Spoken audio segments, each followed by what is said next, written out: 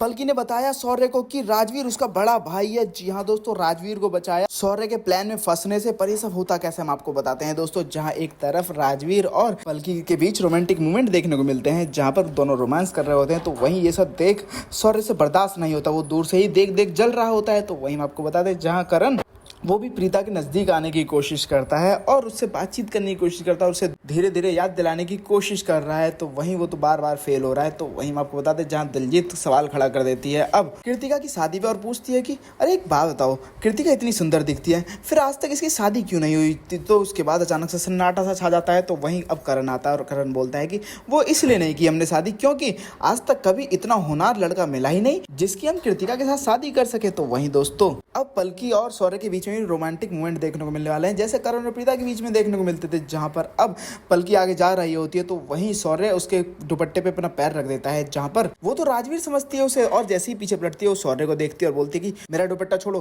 तो वहीं अब शौर्य अपना पैर हटाता नहीं, तो जैसे ही जोर से खींचती है पलकी, तो उसके बाद वो दुपट्टा फट जाता है और उस दुपट्टे के छेद के बीच में शौर्य को देखती है और बोलती है तुमने क्या किया।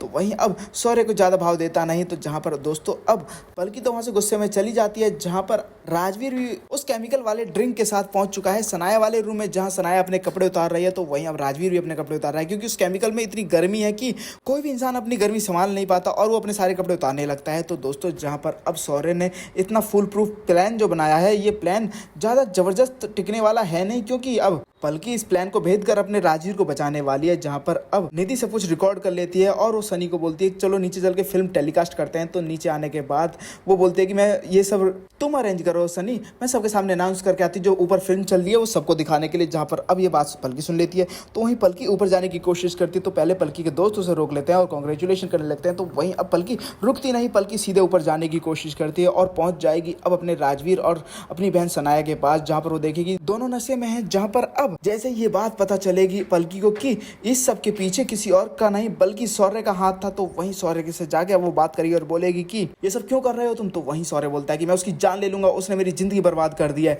तो वहीं अब शौर्य से बोलती है पलकी कि वो तुम्हारा बड़ा भाई है, वो करण लूथरा का बड़ा बेटा है, वो करण और प्रीता का बड़ा बेटा है, वो तुम्हारा सच में सगा बड़ा भाई है। कभी तुमने देखा नहीं कि करण सर उसे कितनी रिस्पेक्ट देते हैं, इसीलिए देते हैं क्योंकि वो उनका बड़ा बेटा है, वो उनका खून है जो कई सालों से बिछड़ा हुआ था अब जाके मिला है।